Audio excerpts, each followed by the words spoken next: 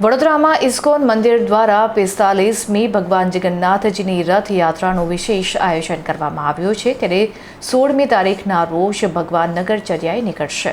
ઇસ્કોનના સંસ્થાપકચાર્ય શ્રીલ પ્રભુપાદ દ્વારા વિશ્વભરમાં શરૂ કરાયેલી રથયાત્રાની આ દિવ્ય પરંપરા વડોદરાના લોકજીવનનું એક અવિભાજ્ય અંગ બની ગયું છે।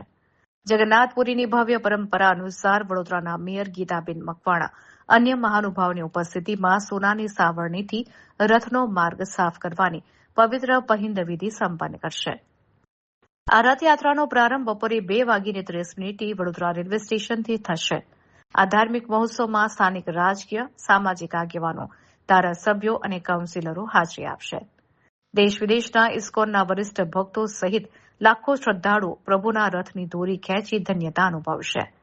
યાત્રા દરમિયાન ઇસ્કોનના ભક્તો દ્વારા શ્રીલ પ્રભુપાદના દિવ્ય આધ્યાત્મિક ગ્રંથોનું વિતરણ પણ કરવામાં આવશે।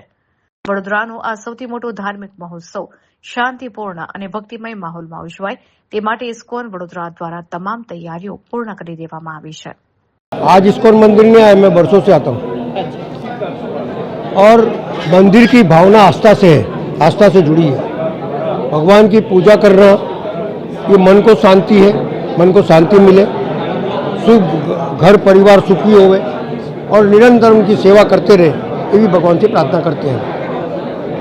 प्रेस कॉन्फ्रेंस ये बड़ौदा शहर के नगरजनों को बताना कि ये रथ यात्रा इतने टाइम पर निकलेगी, उसके अंदर आप लोग जुड़ो, भगवान का आशीर्वाद लो और सब एकता की डोरे में बन जाओ और शहर की प्रगति होवे, शहर के तमाम लोग सुखी और संपन्न होवे, ऐसी भगवान से प्रार्थना।